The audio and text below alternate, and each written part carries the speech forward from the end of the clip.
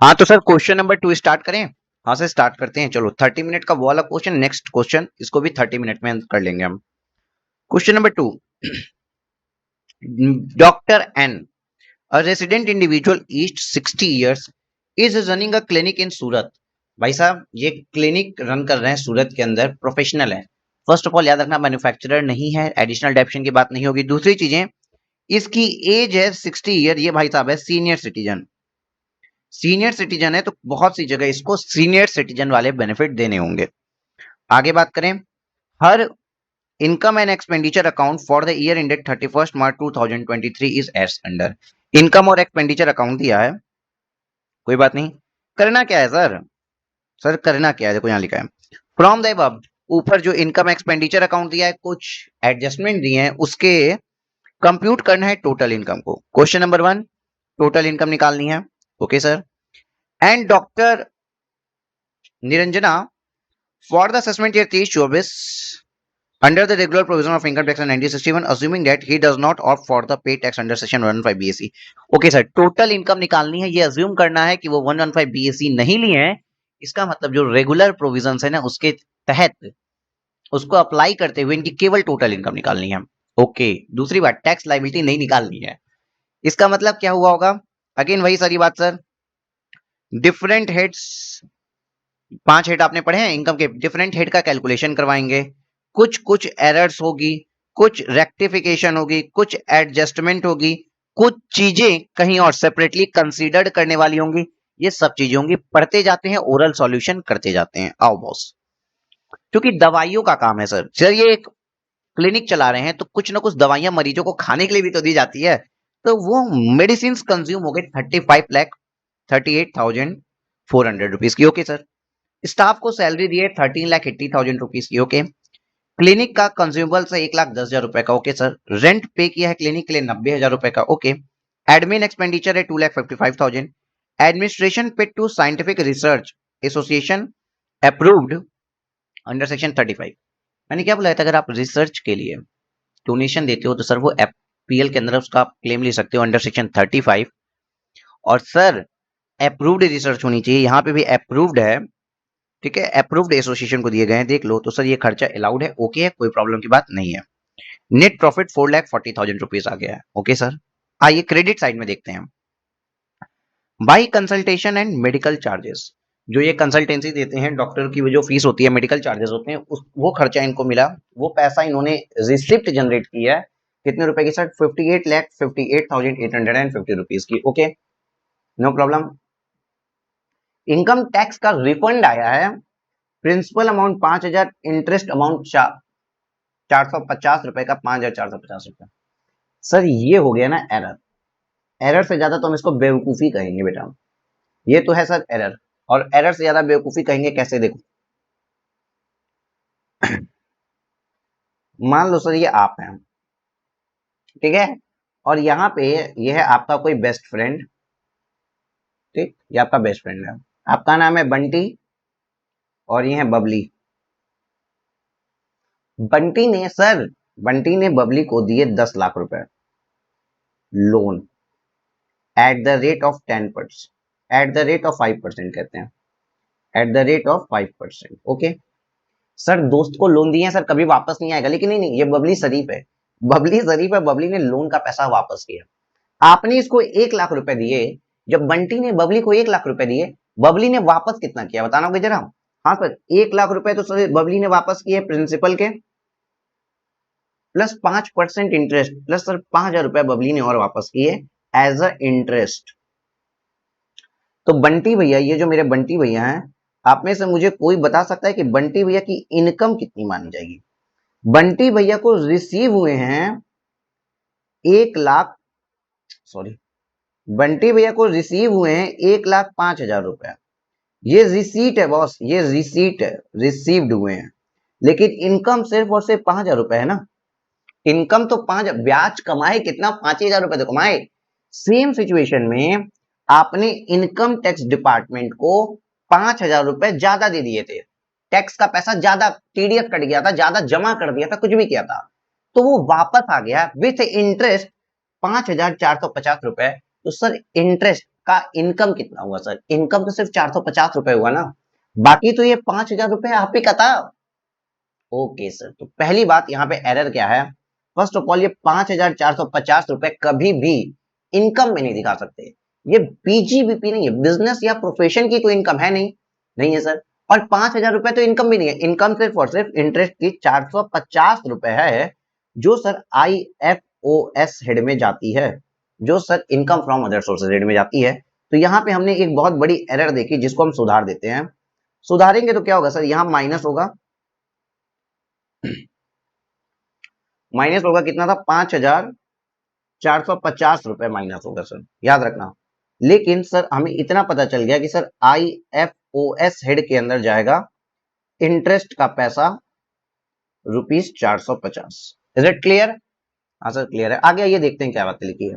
बेटा पढ़ते जाओ करते जाओ, मेरे साथ कुछ भी लिखना नहीं है, बस समझते जाइए। आगे आइए सर। हाँ, dividend from units of UTI gross 10,500 gross dividend है, कोई भी इसमें TDS नहीं कटा है। बट सर अगेन ये पीजीबीपी में कैसे दिखा दिए? ये तो मेरी पीजीबीपी की इनकम होती नहीं है सर, ये इनकम है मेरी IFOS की। ओके सर, तो सर यहाँ पे हम क्या जाएगा? डिविडेंड की इनकम। डिविडेंड की इनकम कितनी थी बेटा? 10,500 रुपया।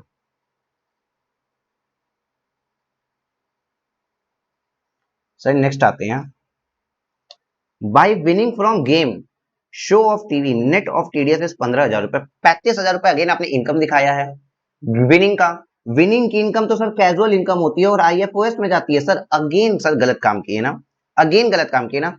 इसको आपने कहा दिखा रखा है?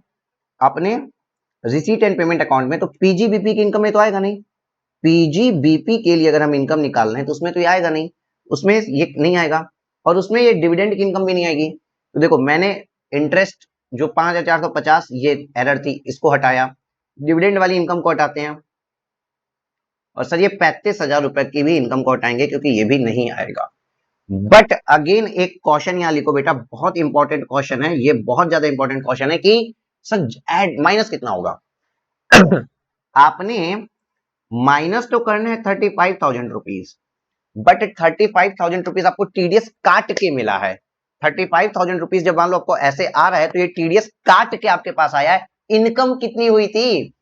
इनकम फ्रॉम अदर सोर्सेज के अंदर जब हम इनकम दिखाएंगे तो सर इनकम तो हम गॉस, क्या था ये? गेम, कार्ड गेम था ना? हाँ, कार्ड गेम की जो इनकम है सर, इनकम जब हम दिखाएंगे तब तो सर हम टोटल इनकम बताएंगे ना, ग्रॉस कितना कमाया था। सर ग्रॉस 35,000 प्लस 35,000 पे जो TDS कट गया 15,000, दैट इज 50,000 रुपए कमाए होंगे ना सर। बात समझ रहे हो? इंपॉर्टेंट लिख देना, 50,000 रुपए कमाए होंगे, उसमें से 35,000 TDS कट के हमको कितना मिला? 35,000 TDS कट के हमको, सॉरी 50,000 रुपए कमाए, 15,000 TDS कट के हमें 35,000 रुपए मिला था। तो सर 35,000 रुपए यहाँ दिखाए थे, अपनी प्रॉफिट को बढ़ा रहे थे, सही कर दो, सही प्रॉफिट पे पहुंच जाओ। लेकिन इनकम जो मेरी IFOS साइड में हुई वो कितनी हो गई सर? 50,000 रुपए रही है। ओके सर, नेक्स्ट आते हैं सर रेंट, 27,000 रुपए का। तो सर रेंटल इनकम तो सर यहाँ पे आएगी नहीं।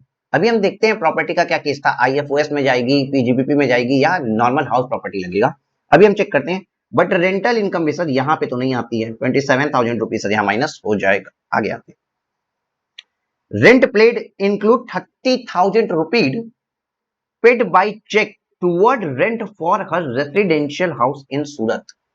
भाई साहब एक तो ये सूरत में काम कर रहे हैं, सूरत में इनका क्लिनिक है, और सूरत में जो क्लिनिक है वहां पे ये रहने के लिए एक रेसिडेंशियल हाउस प्रॉपर्टी को रेंट पे लिए, और उसका खर्चा इन्होंने बिजनेस में दिखा दिया।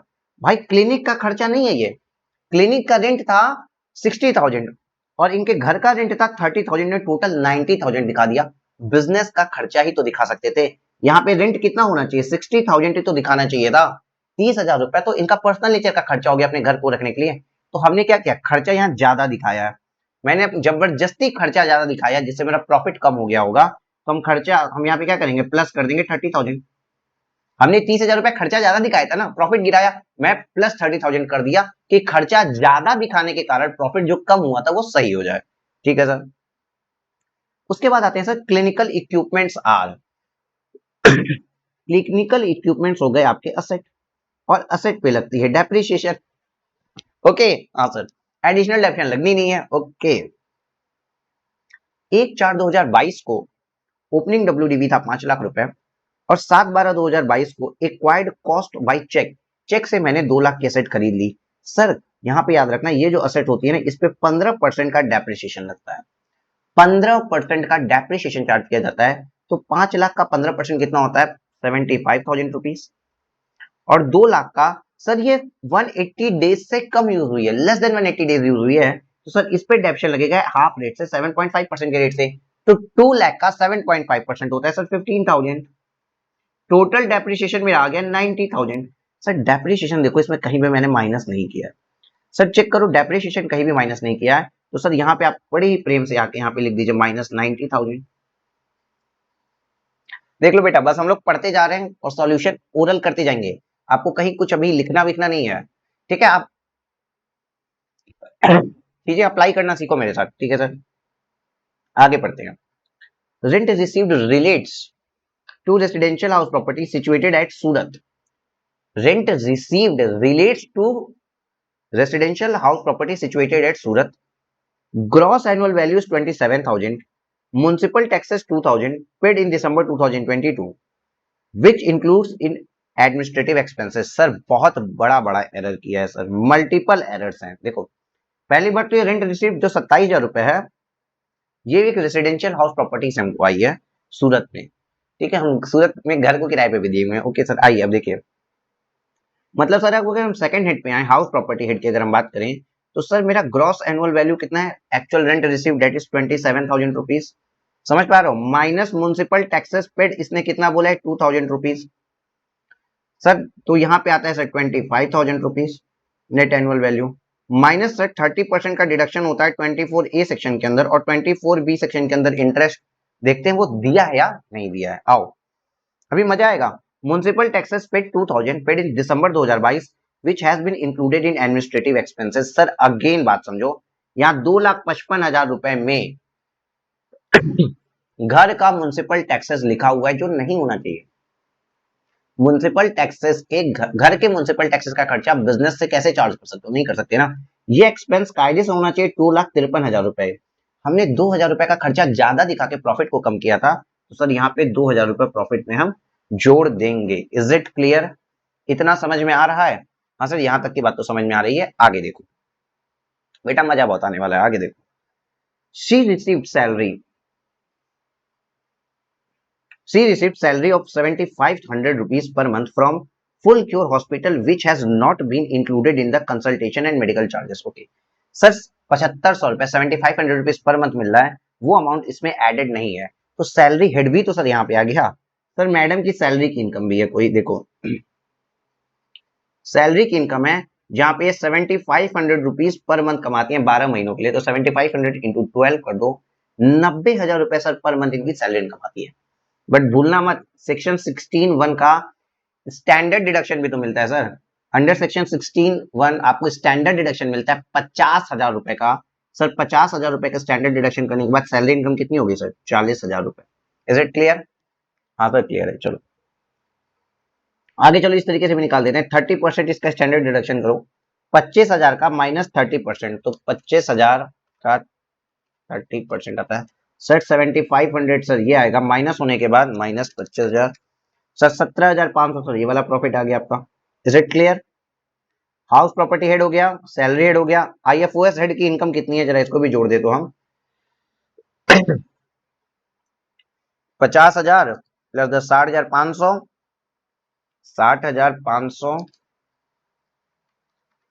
750 6950 6950 सर आ रही है 6950। सर ये तीन चीजें आपको पता चल चुकी हैं अभी तक पढ़ते पढ़ते ये तीन हेड्स। आगे आइए अब क्या पढ़ते हैं देखो doctor and avail a loan on 5,50,000 from a bank for higher education education E for education 80E for her daughter her she spent principal of 1 lakh and interest thereon 55,000 during the previous year 22-23। Sir बहुत कमाल की बात सुनिए sir अगर 80E का deduction आपको सिर्फ interest के कंपोनेंट पे मिलता है प्रिंसिपल कंपोनेंट पे नहीं मिलता और हायर एजुकेशन के लिए लिए हो तो इलिजिबल हो 80E के लिए आप सर चैप्टर नंबर 7 है ये सर। 55,000 रुपए की आपको डिडक्शन यहाँ मिल जाएगी। Is it clear sir? 80E आपको यहाँ मिलेगा क्या?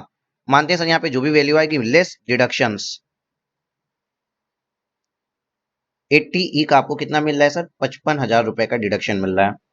ठीक ठीक है सर जी, आगे आइए। She paid 1 lakh as a tuition fee, not in the nature of development fees or donation to the university for full time education for her daughter। Sir again मजा ही आ गया क्या? जब भी आप किसी को फुल टाइम एजुकेशन के लिए एज अ ट्यूशन फी पे करते हो, तो सर मैंने आपको 80C पढ़ाया था ना, वहां पे 80C के अंदर डिडक्शन मिलती है। हाँ अरे आप ट्यूशन फीस का मतलब कोचिंग फीस मत समझना। जब भी आप किसी यूनिवर्सिटी को या किसी स्कूल में पढ़ते हो तो वहां पे पढ़ाने के खर्चे को ट्यूशन फी की तरह लिखा जाता है, और वो भी आपका फुल टाइम है। देखो यहाँ पे लिखा होगा full time course, full time education के लिए। इसकी डिडक्शन मिलती है 80C के अंदर। 1 लाख रुपए की 80C की डिडक्शन आपको मिल जाएगी। 80C की डिडक्शन सर कितने की मिल रही है सर आपको? 1 लाख रुपए की। ओके सर, आगे पढ़ते हैं। An amount of rupees 28,000 has also been paid by check on 27th of March 2023 for her medical insurance premium। Sir D D मतलब डॉक्टर। डॉक्टर क्या? डॉक्टर से बचने के लिए हमको हेल्थ इंश्योरेंस? नहीं नहीं, डॉक्टर से बचने के लिए हेल्थ इंश्योरेंस क्यों? अच्छा, डॉक्टर ज्यादा बिल बना दिया तो हेल्थ इंश्योरेंस वाला काम आएगा। अच्छा सर, तो 80D याद रखा था ना? तो 80D में 25,000 की लिमिट होती है, बट सीनियर सिटीजन के लिए 50,000 की। और ये भाई साहब 60 ईयर्स के हैं। देखो सीनियर सिटीजन, इनके लिए 60,000 रुपए तक का प्रीमियम अलाउड है। इन्होंने प्रीमियम में कितना पे किया? 28,000। तो सर 80D की इनको पूरी की पूरी डिडक्शन मिल जाएगी। 80D की इनको डिडक्शन कितनी मिलेगी? 28,000 रुपीज की। अब सर एक बात बताइए, टोटल इनकम निकालने के लिए हम क्या निकालते हैं? सबसे पहले ग्रॉस टोटल इनकम निकालने के लिए सबसे पहले जीटीआई निकालेंगे, ग्रॉस टोटल इनकम। तो ग्रॉस टोटल इनकम में सारी की सारी इनकम जुड़ जाएगी। चलो यहाँ पीजीबीपी की इनकम बताओ बेटा कितनी है? हम देखो कुछ भी नहीं किए, अभी तक कुछ भी नहीं कर रहे हैं, बस पढ़ रहे हैं और बोल रहे हैं क्या होगा। देखो पीजीबीपी की इनकम जो 4,40,000 थी, आप लोग कैलकुलेटर उठा लो। 4,40,400 minus 54,500 minus 10,500 minus 35,000 minus 27,000 plus 30,000 minus 90,000 plus 2,000 करो, कितना आ रहा है बताओ? कितना आ रहा है बताओ? सर ये मेरा टोटल आ गया है ना, 3,04,450। भाई 9 स्टेप कैलकुलेट होने के बाद 3,04,000 3,04,450 आया। आपका भी उतना ही आया होगा सर। यहाँ पे आ गया 3,04,450। ये मेरा एग्जैक्ट प्रॉफिट है, ये गलत प्रॉफिट था। तो सर मेरा पीजीबीपी का प्रॉफिट आया है 3,04,450। PGBP plus IFOS plus house property plus salary is equal to gross total income. कितनी होती है बताओ? चारों को जोड़ो, जल्दी जल्दी जल्दी। इसको जोड़ो, इसको जोड़ो, इसको जोड़ो, इसको जोड़ो, बोलो। Plus 69 plus 60,950 plus 17,500 plus 40,000, that is sir आ रहा है 4,22,900। देख लो 4,22,900 आ रहा है क्या? 4,22,900। ओहो, 4,22,900। हाँ सर। तो ये वाली इनकम आ गई सर, ग्रॉस टोटल इनकम आ गई 4,22,900 माइनस डिडक्शन 80C का, 80C का, 80D का और 80E का अगर आप करते हो तो 4,22,900 माइनस 1,55,000 माइनस 28,000, सारी डिडक्शन देने के बाद सर आता है आपका 2,39,900 की टोटल इनकम। 19 मिनट में कंसेप्ट बताने के साथ साथ मैंने सॉल्व किया। आइए देखते हैं कितना इनकम है। एक पेज, दो पेज, 2,39,900 और लगभग 3 पेज। 3 पेज का क्वेश्चन बेटा आपने ओरली सॉल्व किया है। कैसे? देख लो, कैलकुलेटर पे आप साइड में बस करते गए, हो गया। क्वेश्चन री रीडिंग टाइम आपको हमेशा बचाना है। पढ़ते मत जाओ, पढ़ते जाओ, उसको सॉल्व करते जाओ। मैंने अगेन बताया है, शुरुआत की 3 पेजेस ले लो, 4 पेजेस ले लो, जितना लंबा आप फैल फैल के लिखते हो उसके हिसाब से क्वेश्चन करो, उसके आगे नोट्स लिखते जाओ, एक एक एडजस्टमेंट उठाओ, लिखते जाओ। टाइम नहीं भी रहेगा ना, टाइम कम से कम रहेगा, तो भी आप कम से कम पार्शियल क्वेश्चन तो सॉल्व कर के आओगे, आपको नंबर तो मिलेगा। क्लियर है? हाँ सर। सर हाँ, बोलो बोलो सर। सर हाँ हाँ भाई बोलो। सर पढ़ा दो एक बार। ओके आओ पढ़ाते हैं। देखो presentation, presentation computation of total income of doctor Niranjana, ठीक है। सैलरी की इनकम कितनी थी, बेसिक सैलरी दिया था 7500 into 12 less standard deduction under section 16A 40,000 rupees आ गया। उसके बाद इनकम फ्रॉम हाउस प्रॉपर्टी बताया था, ग्रॉस एनुअल वैल्यू कितनी है, 27,000 रुपए है, उसमें से 2,000 रुपए म्युनिसिपल टैक्सेस था, टोटल नेट एनुअल वैल्यू कितनी आ गई, 25,000। अच्छा देखो, कुछ जगह क्वेश्चंस में बताया रहेगा नेट एनुअल वैल्यू कितनी है, तो याद रखना वो ऑलरेडी म्युनिसिपल टैक्सेस पेड होने के बाद जो वैल्यू आती है ना, वो नेट एनुअल वैल्यू होती है। सुनो, कुछ जगह क्वेश्चंस में बताएगा नेट एनुअल वैल्यू कितनी है, तो याद रखना वो always always always municipal taxes deduction होने के बाद जो वैल्यू होती है वही नेट एनुअल वैल्यू बचती है। Less deduction under section 24A at the 24 का ए है, एट द रेट 30% ऑफ 25,000। तो सर यहाँ पे आपको 17,500 भी निकल के आ गया। सैलरी कितनी इनकम आती है आपको आ गई, हाउस प्रॉपर्टी की कितनी इनकम आएगी, इनकम फ्रॉम अदर प्रोफेशन छोड़ दो, पहले आ जाओ उस पे आईएफओएस पे। आईएफओएस डायरेक्ट दिया है, इनकम टैक्स का रिफंड 450 रुपए, इनकम टैक्स रिफंड का इंटरेस्ट, यूटीआई की इनकम 10,500 और winning from TV game show. तो विनिंग टोटल इनकम लेंगे, जितना मिला वो नहीं, टीडीएस काटने के पहले की इनकम, इतना पैसा मिला है, इतना रुपए टीडीएस कट गया। कमाए कितना थे, विनिंग में जीते कितना थे, तो 50,000 जीते थे, तो टोटल इनकम आ गई यहाँ पे आपकी आईएफओएस की। इनकम फ्रॉम प्रोफेशन अगर देखते हैं, ये मेरा net profit as per income expenditure account, गलतियां सुधारो। रेंट रिसीव, पहली बात तो सर हाउस प्रॉपर्टी में जाएगा, डिविडेंड आईएफओएस में जाएगा, हटा दो। विनिंग 35,000 रुपए मैंने यहां दिखाई है, इनकम एक्चुअल में 50,000 थी, इनकम भी मैंने गलत दिखाई और गलत जगह भी दिखाई, 50,000 की जगह दिखाया भी गलती से 35,000 और गलत जगह पे भी दिखा दिया, तो जो गलत अमाउंट दिखाया वो माइनस किए 35,000 रुपए। इनकम टैक्स रिफंड गलत दिखाया था, माइनस कर दिए। अब उसके बाद सर कुछ एक्सपेंडिचर अलाउड होते हैं, डेप्रिसिएशन इन्होंने चार्ज ही नहीं किया था, डेप्रिसिएशन अलाउ करा दो। डेप्रिसिएशन क्लिनिकल इंस्ट्रूमेंट पे 60,000 90,000 थे शायद, हाँ 75 और 15 90,000 रुपए सर डेप्रिसिएशन आ गए थे। अगर आपको टाइम नहीं मिलता इतना ज्यादा लिखने का तो भी कोई बात नहीं है, आप सीधे ऐसे लिख सकते हो, डेप्रिसिएशन असेट्स यूज्ड 180 डेज और मोर 75,000 रुपए, और assets used less than 180 days 15,000 रुपए। हो सकता है बेटा टाइम ना मिले, आप डायरेक्ट ऐसे लिख सकते हो, 90,000 का डेप्रिसिएशन आ गया। उसके बाद सर आपकी ये value I, item of expenditure not allowable for computing business income, जो रेंट 30,000 रुपए का पर्सनल घर के लिए भरा था वो भाई बिजनेस अलाउड नहीं है और म्युनिसिपल टैक्सेस भी अलाउड नहीं है, तो उन्होंने एड बैक कर दिया और यहाँ पे आपका प्रॉफिट आ गया। सब कुछ जोड़ के बता दिया कि भैया total income after after 80D 80E और 80C आपका कितना होता है, 2,39,900 रुपीज। कुछ नोट्स भी लिखे हैं, नोट्स क्या लिखे हैं सर बता दो ना। देखो, the principal amount received towards income tax refund will be excluded from the computation of total income. क्यों भैया, अपने दोस्त को 1,00,000 रुपए लोन दिए, 1,05,000 मिला, कमाई तो 5,000 हुई, तो प्रिंसिपल अमाउंट को हटाते हैं ना, वही बात लिखी है, interest received will be taxed under the head of IFOS, income from other sources. दूसरी बात, जो भी आपने विनिंग की है ना from game show off TV के गेम शो पे, should be ग्रॉस्ड up for the chargeability under the income from other sources. Gross up किया जाता है, क्यों, जितना कमाए उतने को बताओ ना, आपने कमाया कितना था, 35,000 मिला, 15,000 टीडीएस लिया, कमाया तो 50,000 था ना, तो ग्रॉस अप अमाउंट 50,000 आईएफओएस में चल जाएगा। Thereafter, while computing tax liability, TDS 15,000 would be deducted to arrive at the tax payable while computing winning from game show are subject to tax at the rate 30% as per section 115 triple B, sorry 115 double B। Okay sir ji.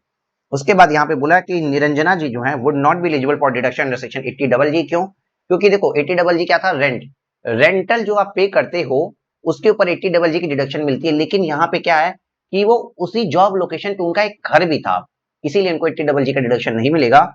She has own a house in Surat, Surat में ही काम कर रही हैं, सूरत में ही किराए के घर पे भी रह रही है, सूरत में इनका खुद का भी घर है, तो भाई 80 डबल जी क्यों, 80 डबल जी तब मिलता है ना कि अगर आप किसी जॉब लोकेशन पे जहां पे आपका खुद का घर नहीं है और आप वहां पे किराए पे रहते हो, तो यहाँ पे 80 डबल जी तो मिलेगा ही नहीं, और 80 डबल जी के लिए एचआरए भी नहीं मिलना चाहिए। ठीक है, a place where he is residing as well as carrying on her profession. Is it clear? हाँ सर। तो सर ये क्या इजी था क्या, सच बताना सर बहुत इजी था। चलो ये वाला क्वेश्चन भी कर लो, क्वेश्चन नंबर 3 अगेन अप्रोक्सीमेटली वही 24 25 20 मिनट का जाएगा, बट सारे कंसेप्ट समझाते आपको अगेन कराएंगे। इसको स्टॉप करते तुरंत क्वेश्चन नंबर 3 रिकॉर्ड करते हैं। छोटे छोटे वीडियो दे रहे हैं आपको 30-30 मिनट के, 25 मिनट 30 मिनट के, जिससे कि ना आप एक बार खोलो कर लो, उसके बाद फिर घूम आओ 2-4 राउंड, आपको जहां घूम के आना है। बोर मत हो जाओ कि अगर मैं चाहूं तो इन्हीं इन सारे चैप्टर्स को एक साथ रिकॉर्ड कर रहा हूँ, क्योंकि सारे क्वेश्चन को 5 घंटे का एक वीडियो दे दूं, बट मैं थोड़ा स्प्लिट करके ही आपको देना चाहता हूँ। टोटल 5 घंटे का ही वीडियो होगा, चैप्टर 8 का, बट स्प्लिट करके दे रहे हैं कि आपको थोड़ा आनंद आए और करना प्राइमा फेसी आपको लगे रे बस 24 मिनट चलो करके निपटा देते हैं। ओके बेटा, टेक केयर, क्लास करो अपनी।